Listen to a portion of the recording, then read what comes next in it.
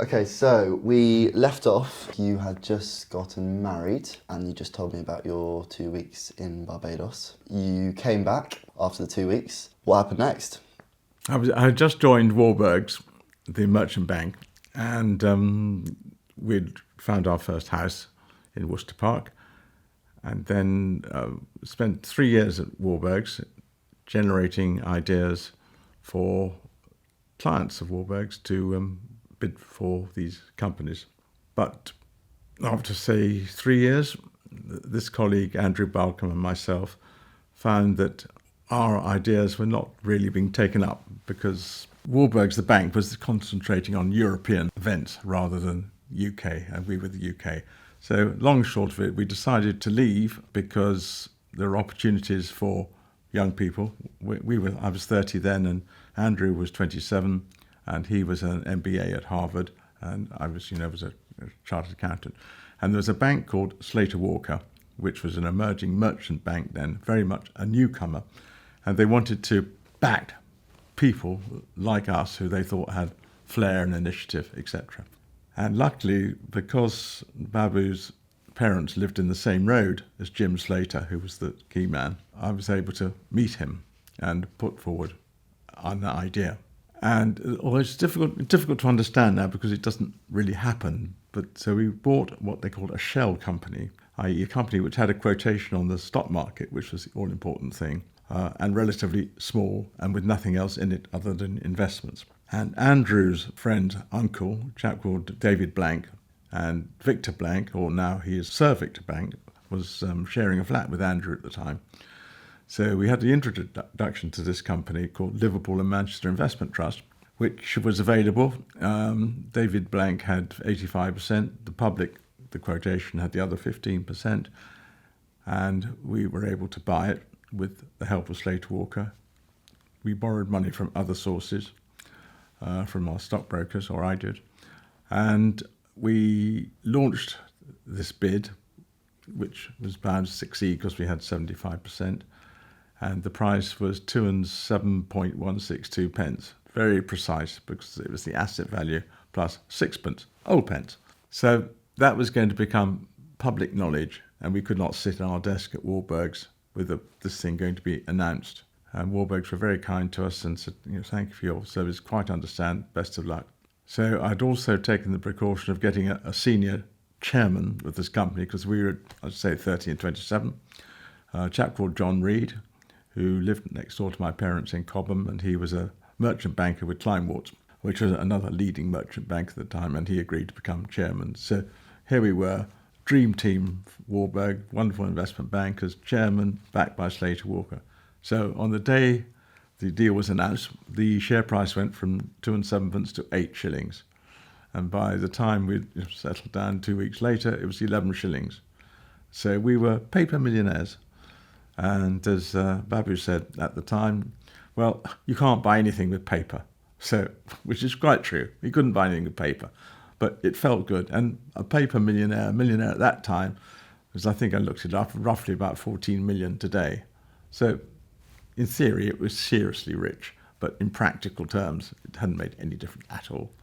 And we didn't let it make any difference.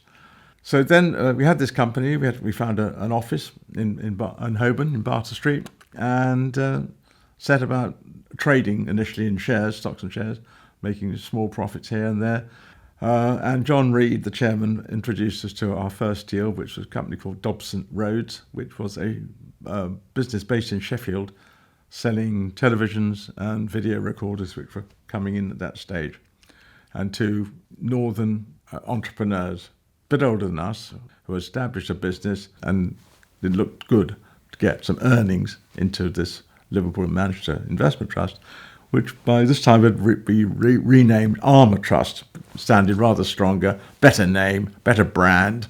So we bought them, and then Slater Walker said, okay, you're our share of the month. We will back you with our pension funds and such forth. So the deal they came up with was a company called Carter Penguin, which manufactured confectionery in 3 factories throughout the UK, one in Sheffield, one in Carlisle, and one in London. Very nice business, been going for years and years. And that was a public company. And we made a bid for that. And with Slater Walker's support, because they had a large stake of it, we eventually won control of it. So we had some good earnings, a nice solid base, and then Slater Walker said, oh, how about a company called Tizer? Oh, well, everybody in those days had heard of Tizer. Now when we rising, Tizer again, we'll keep this Tizer size secret so we can call them nice aims. I's got the eyes because I'm dicing and Tizer. I's got the eyes because I'm dicing. The Tizer brand was more popular than Coca-Cola at the time. And later emerged that actually Tizer had been offered the Coca-Cola franchise and had turned it down because they didn't think it would catch on in the UK. So we launched a bid for Tizer, and eventually we got control of that. Tizer had 5,000 employees, and we had 5 employees. So, and we were 30 and 27 respectively, or 32 by this time, and we controlled this company. I mean, it was crazy. They had 43 depots. We had instructed surveyors to go into all 43 depots without them knowing about it and valuing all their properties. The value of our bid was about £2 million then, and the values of their properties was about 4 to 5 million. And we'd had this great big book put together, valuation, without them knowing a thing. The surveyors, King & Co., had sent the people in as electrical engineers, as water readers, as all sorts of things. And this huge volume, which really totted up to all this money. So we knew we were onto a good thing. It was hemorrhaging money. It was serious. We had to get a control of it. What did we know about running an industrial company? Not an awful lot. But Slater Walker, again, produced somebody who had experience, and we took on their recommendation. 2 or 3 people joined us, Armour Trust. And we set about hemorrhaging the losses. And I think the one memorable story from there was one of the depots was doing badly, and it was run by 3 brothers. And we had, again, in doing our research, we'd found a newspaper article in the News of the World where a fellow had been sacked for blowing the whistle on a lot of people. We had tracked down this fellow. He'd been sacked, I don't know, about 5 years before that. And he told us what was going on. And what was going on was it was run by 3 brothers. One was in charge of production, one was in charge of sales, and the other was generally in charge of the depot. And what they were doing was, in the production process, instead of putting, say, 2 squirts of concentrated Tizer into a bottle, they'd put 1 squirt. So by the end of the week, there were a whole lot of squirts left over. At the weekend, they would open the factory, make up Tizer, use the company's vans, go round selling for cash on the housing estate Tizer and pocketing all the money. And this has been going on for years. So, well, you can't let that happen. So they weren't particularly friendly. They said, look, it's our company. You know, we've got to stop this. He said, if you try and stop us, we'll have a strike, general strike. Not just at this plant, but the whole of the company. Such is our control of it. So we said, okay, we're still, you're all fired. We can't tolerate this is larceny on a huge scale. And indeed, that depot was closed down for about 2 weeks. They all went on strike. The rest of the company didn't. And in the end, we closed the depot and stopped that particular scandal. So that was Tizer. We did start to make progress on stopping the losses. And a year later, Mr. Barr of Ian Brew fame in Scotland came along and offered us cash. And as I think I said earlier, we bought it by shares with paper. So we now had cash, which was a great transition from Armour Trust's point of view. It was now sort of a proper company. So we were very happy with that. Mr. Barr came down to do the deal with lawyers. Then, as now, the talks went on late into the night. Mr. Barr was a very rich man and a very successful company. He was probably, 70. And the talks went on. And we'd signed the last thing. It was about 9 o'clock at night in the city. And they were rushing or trying to complete this thing. And the final thing came, and the solicitors said, Mr. Barr gave me his cheque for £2.5 million. And the solicitors asked us and went mad. Said, no, in the contract it has to be a banker's draft, which is good as gold, whereas a cheque, as we all know, could be slightly different. And Mr. Barr said, if my cheque's not good enough, that's it. And, you could see that the deal was going to be off. And I called our solicitors. I said, for goodness sake, either change the document. I am accepting personally Mr. Barr's cheque. I will go to the Midland Bank tomorrow morning at 9 o'clock and present the cheque. Please, he's got to sign this deal off now. It's 10 o'clock at night. So they did. Fine. Mr. Barr said, we've got a taxi waiting for you to go back to Scotland. And he looked at his watch and said, but what time is the last tube? I said, well, I don't know, about 10, 11 o'clock. He said, I'll take the tube. And this is a guy worth hundreds of thousands, millions. And he took the tube, and that was a wonderful deal. So we had all this cash. What did we do with it? We spent a lot of it on property. We signed up some property people, and we bought property in the UK. And we bought intended developments in Belgium and Holland with expertise who we thought we could trust and people who we thought we got on with. And all was fine until, I suppose, 2 years later when interest rates shot up to 18%, and we'd borrowed obviously lots of money, and the crisis came. And by crisis we meant we had to sell all our Belgium and Holland properties where we could, and our UK property, and anything else which was saleable, while still trying to keep the basic company going, which was by this time still Sweets and Television. And it was a dire time. The paper millionaires we were, the share price came down from the equivalent of 90 pence, which peaked, to 2, which is quite a big fall. I had a lot of these shares on borrowed money. So that was probably the low point of the business career. We had to sell our house in Epsom. By that time we'd moved up to Epsom on the Ridge, and we moved to Fetcham, which although was a very nice house, was half the value of the one in Epsom. So it was a major readjustment for us and the family. But the company survived. We fought lots and lots of meetings with banks and survived. And I think one of the reasons we survived was another fellow we got involved with called Peter Newton, who was sort of on the wanted list virtually by a whole lot of creditors chasing him around. But he somehow had a connection with one of the sheikhs in the Middle East, and he promised to send money. Money eventually arrived a little bit, but we needed more. And he said, and the bank manager was getting a little nervous. So one day this chap, Peter Newton, said, everything's solved, Chris. I bought a bank in Switzerland. It's called Exhale. Oh, right, okay, Peter, great. Well, fantastic, no problems. I'll tell our bank manager. Anyway, the bank manager said, fantastic, great. Where is it? He said, it's in Geneva. He said, I'd like to go and visit it. Absolutely, you're welcome. So he went to Geneva, and this chap, Peter Newton, had hired a building for the day with a door saying Exhale Bank on it, with Peter Newton, chairman. And the bank manager obviously didn't know this. He came in, was introduced to this office, and there was Peter Newton, chairman, looking like a bank manager, and he went away satisfied. It was all a total scam. Anyway, it kept the bank manager happy for another 6 months. The money, no more money ever arrived. He was being chased, to say, all the way around, and I think he ended up in Nepal somewhere. I don't know to this day where he ended up. It might still be around, but a very, very entertaining character. We soldiered on. The confectionery company was making cash, so the bank wasn't too concerned. We were going nowhere. He hadn't really recovered. The properties we'd sold where we could. So I decided to leave the group and take out one of the companies, the television company, which I talked about earlier. It needed running. So it was up in Sheffield, as I said. And I went to Sheffield to run it and took it out of the company, left Armour Trust, and they got another director and continued on.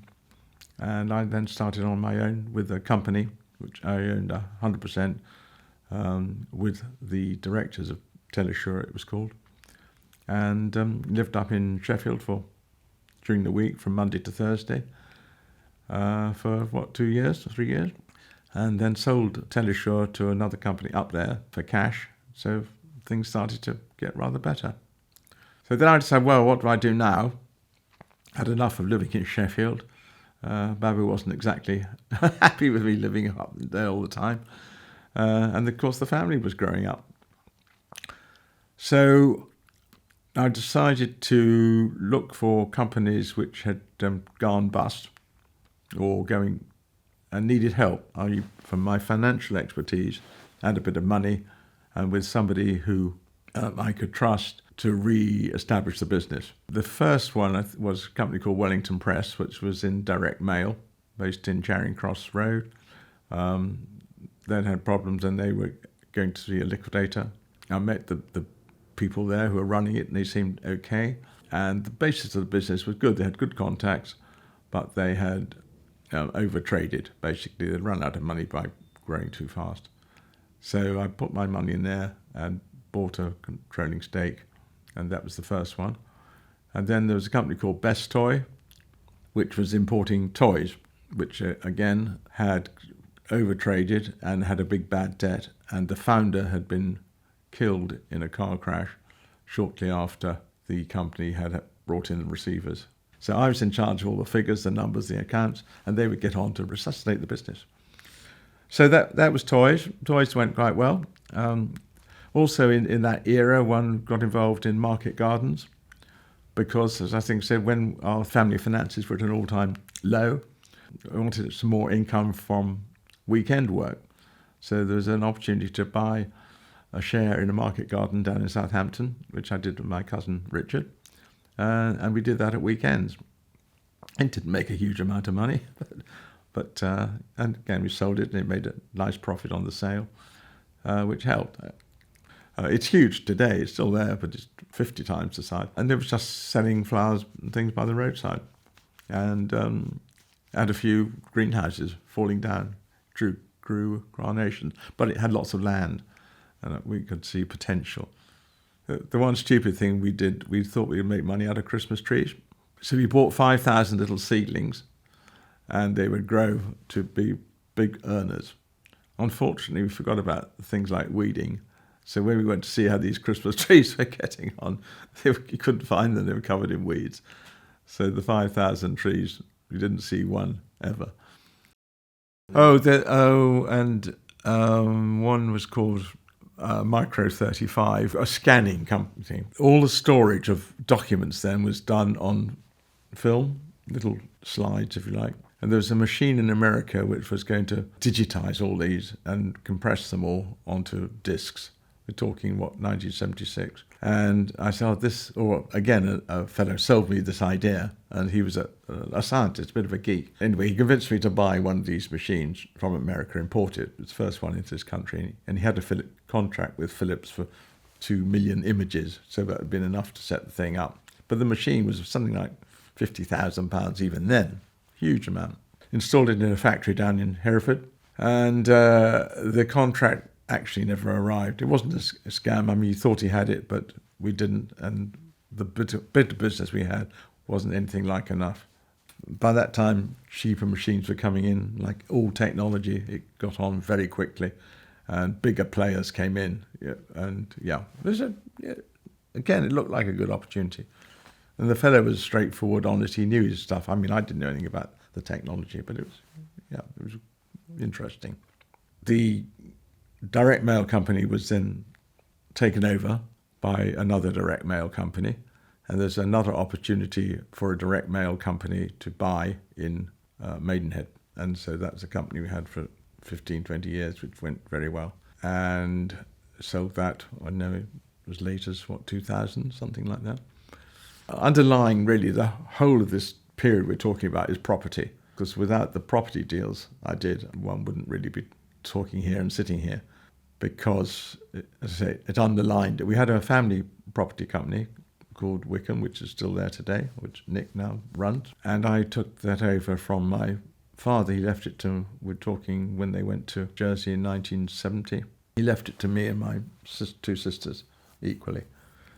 But basically, I ran it. So we had warehouses in High Wycombe, inherited that. One big property, which I developed in conjunction with King & Co. I got planning permission for it to knock it down. And then this was at the height of the property excitement in 1980. And we managed to sell that for lots of money. With that, I then bought other warehouses or office properties for Wickham, which over the years did very well, very successful investment.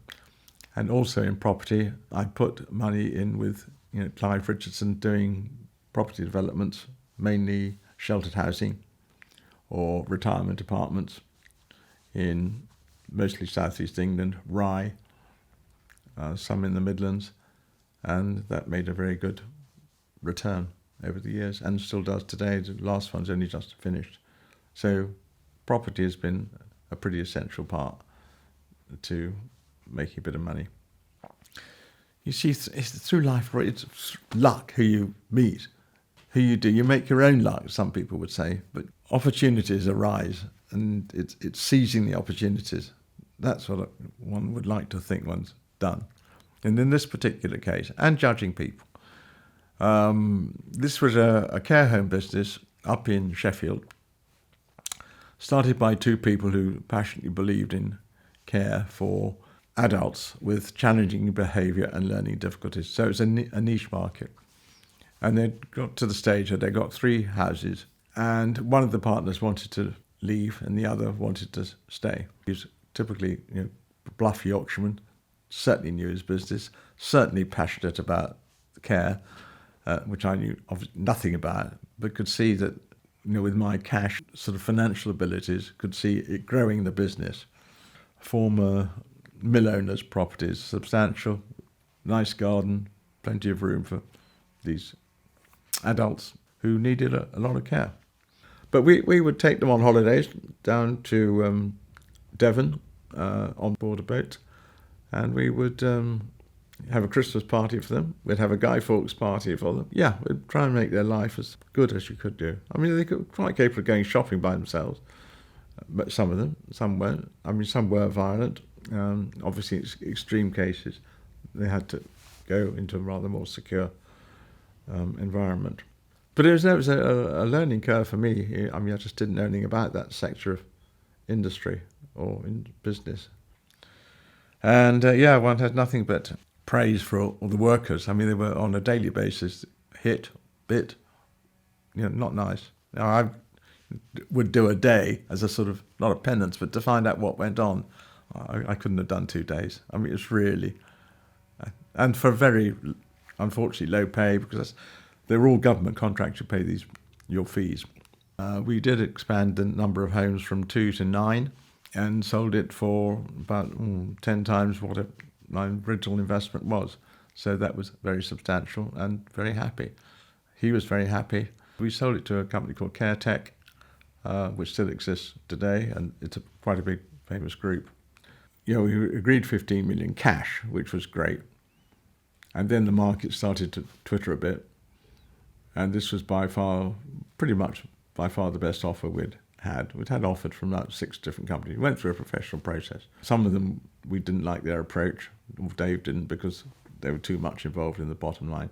We went round CareTech's homes and some of the other bidders' establishments to see what they were like, obviously. We were fussy. We wanted to make sure I had as good a heritage as possible. And CareTech seemed to be the right sort of people. Anyway, so the price, he said, well, we're going to have to reduce the price because things were going down. I said, well, no, not really. You can't do that. He said, well, obviously we can. And equally, obviously, I knew that the next offer was much lower and it would take it months. So I said, okay, as long as the headline figure stays the same, we will accept some of your shares. It was quoted then. So they agreed to that, and the shares we had to take them at £5. They were in the market at about, £3.50, 60 at the time. And quite a chunk was in shares. And they went all the way down to 80p. So I said, not too good. And eventually, I think when they got up to about £4.50, I sold them. And I think now they're about £6.50. So. But yeah, it's a very good investment. I've got to go back a bit, because one of the companies which another area got involved in was in search and selection, which was an employment agency up in Manchester. A chap called Matthew Porteous. And it was right at the beginning of the claims culture, and people were being mis-sold loans. And he could see the future in this. He was with a claims company before, and he was, one of the better people there, and he wanted to do his own thing. And that was me again, backing young people who want to do their own thing. So he set up this operation up in Manchester, and at one stage we had 80 staff up there. The claims were absolutely piling in. You would get 10%, I suppose, was it 10, 15% commission for all the claims that were settled. So why didn't it work? It was my fault in a way. It wasn't managed strongly enough by me because I wasn't up there all the time. And we got just too many people to handle. And then when we started, we could deduct our claim for the money we got back from the banks. We would get the money and we would take 15% and then send the rest to the successful claimant. The bank then changed it that the money was sent direct to the claimant, and then we had to send an invoice. Well, the sort of people you were dealing with, would they pay the invoices? It should have been successful. I mean, you today, the claimant, you see them every time on television. It's been amazing. But this led on to building up an employment agency thing, Ratio, Search and Selection, which again looked promising. It lasted for a few years, mainly recruiting for, ironically, care homes, nurses and staff. Why did that go wrong? We imported people from Poland then, found them houses and jobs. So again, it was quite successful, but the overheads were not controlled successfully to make it a real success. So it produced a bit of money, but then I fell out with Matthew. He wanted to go on expanding, and eventually that came to an end. It's a shame because he was a bright young man, and I blame myself for not being up there more. And the accountant I appointed wasn't strong enough to control this brilliant chap. That would be a lesson to pass on in life, I think. Get an accountancy qualification or get a very good accountant, and a strong one, because you need to be to rein in the entrepreneurs you're backing who are pretty good at their job. I never went into things I didn't totally understand. I mean, I've never gone into heavy industry like steel. So they tend to be consumer products, I say, like toys or services, which you can understand. But basically not get involved in the nitty-gritty, but overseeing financially as best you can and supporting with money as best you can. And really being lucky. Yeah, of which Valio was the extreme piece of luck. Part of the Telesure business was doorstep lending, okay, which was lending to the unbanked, really. Just personal loans, unsecured, obviously, where the banks wouldn't lend. And we would collect this money through the meter on the back of the television.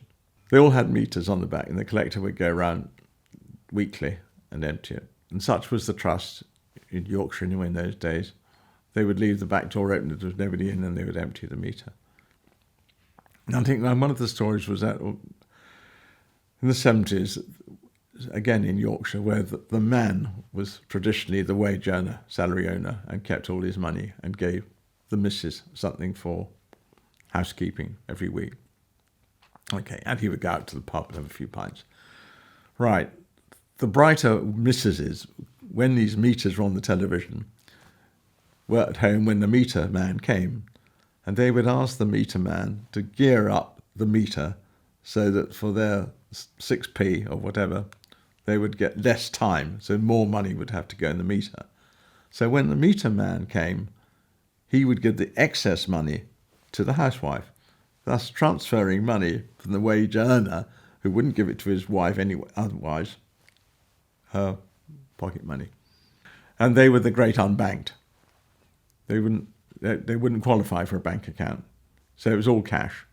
And you'd set the meter to say the average family probably viewed, even then, 5 hours a night, say, so 35 hours a week. And you wanted to collect, I don't know, X number of pounds, so you'd set it based on 35 hours a week.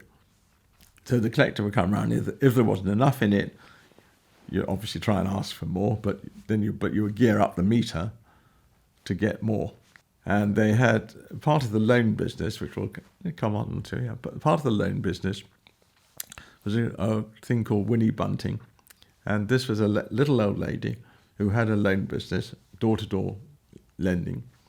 And she would go around the pubs on Saturday night, this 4'3" lady, see her customers in the pub, get them to buy a walking stick, say, you owe me X, before they'd spent their money on the beer. And she was known, I don't know what her nickname was, but she was the terror of Sheffield. Wonderful woman, absolute, so courageous, and they respected her. And she'd hawk them out of the pub, where's my money? So the television business, renting and retailing, we added on personal loans, as we were just saying, which are also collected via the meter. So when I sold that side of the business, the whole television business, came down here, somebody said there's a personal loan business for sale in Croydon, Penge. And I went to see it, and it was a little operation, one shop, a few customers, one-man business. And up in Sheffield, I had one of our employees was a chap called Ray Dobb, who was a lovely Yorkshireman and was very good at collecting money. He's one of the collectors up there. And I thought, another opportunity for him, come down south with his wife and run this business. So I put it to him, and he never left Yorkshire. And I said, this is, your business, going on my normal formulas of 50-50. I put the money in, you do the work and the salary and share in the profits. And he persuaded his wife to come down. There's a flat over this shop. And he came down and he started, and he quite liked it. And after 4 weeks, he said, Mr. Lambourne, an awful lot of these black people here. Do I have to serve them? I said, well, yes, Ray, of course, they'll be good customers. He said, I don't know, don't trust them, He's very Yorkshire, and he wasn't racist, but he was just hadn't seen a black person in Yorkshire, let alone as customers. Anyway, over the years, we had that business, 10 years, he became very good friends with a lot of black people. And the business, it did well. It was very steady. He was very good. He was like a counsellor. Because, again, these people, you're dealing with people who wouldn't get money from banks. We were the lender of last resort. So high risk, pretty high interest rates. Again, there have been scandals in that. But again, I would say we were compassionate and provided a service which nothing else would provide. And again, with collectors going around, but a lot of them came to the shop to pay, purely for the social interaction. And next door to that, there was a spare shop, and we converted it into a sunbed solarium. So that was another business got involved. So in an area where probably 50% of the population were black, we set up a sunbed. Well, she ran it. Mrs. Dobb ran that. And again, I had quite a few sessions there. We had about 4 sunbeds. When they first came in, the solariums, it was, again, efficient, worked all right. They did a little bit of pin money for her, but then they became a bit unpopular. Ray was getting older, and so he eventually sold that business, and for a good result. Double glazing, went into that when double glazing came in. Again, backing a couple of bright young chaps it was up in Sheffield, called Peak Windows.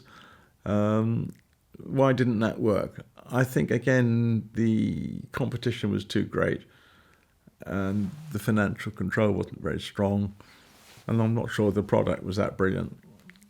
But yeah, we manufactured windows for probably a year.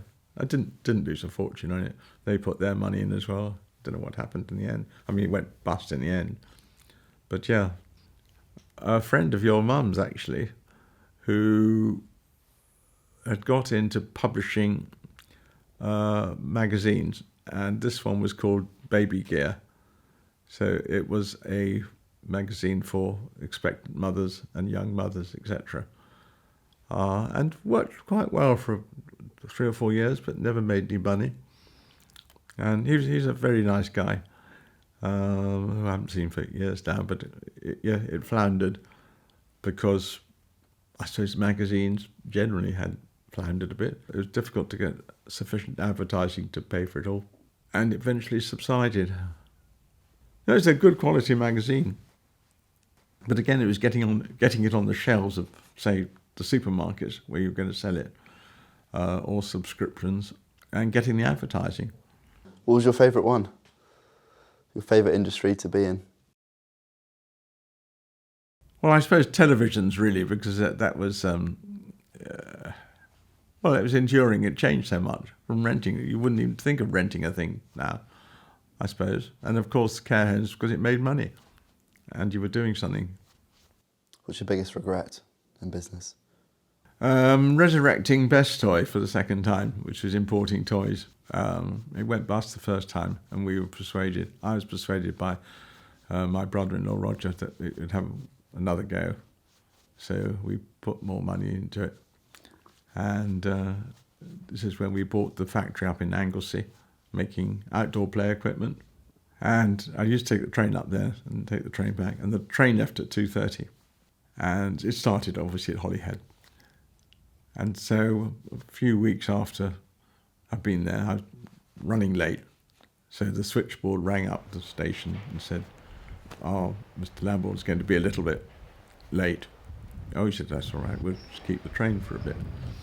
Anyway, so I rushed up there, and it was about 10 minutes after the train should have gone. Came scurrying in, had my normal second-class ticket. Anyway, I got on the train, and the conductor came down in his best, well, he was Welsh, obviously. He said, "Oh, you're Mr. Lambourne. Oh, I've heard all about you. You've rescued Best Toy, or you've bought." Yes. "Well, what are you doing here, sitting in the second class amongst all the crisper packets and all the empty bottles? I'm going to upgrade you to first class." "Oh, it's wonderful." I said, "Oh, thank you very much." And this happened on a monthly basis. He would upgrade me. The same guard every time would upgrade me. We'd have a long chat about all sorts of things. So that was fun. But in the end, it didn't work. So that was a big regret. One of my fellow liverymen said, "I've come across a chap who is very interested in setting up an IT company but it was collecting data." And he was an Irishman called Con Condon and his partner. Anyways, I said, "Okay, yeah." And the liveryman, Nick Thompson, said to me, "I know you sort of do this sort of thing, you back people and all the rest of it." I said, "Yeah." So I arranged to meet these two at the RAC and liked them and liked their Irish brogue and liked their idea, and so put some money into it. And the months rolled on and nothing seemed to happen. When I chased up, they said, "Well, we're looking for rather more money than you are prepared to put in," which was quite a bit.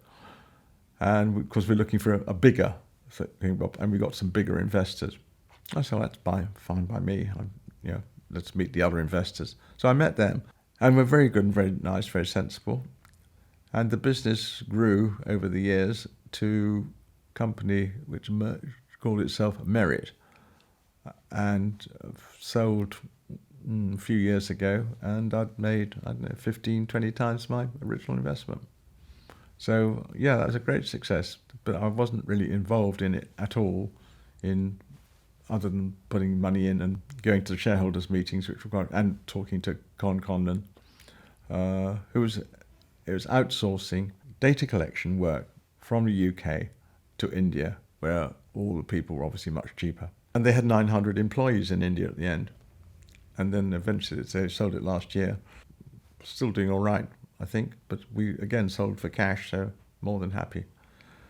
And from that span off another one which I'm still interested in, which is a recruitment business called Acolyte.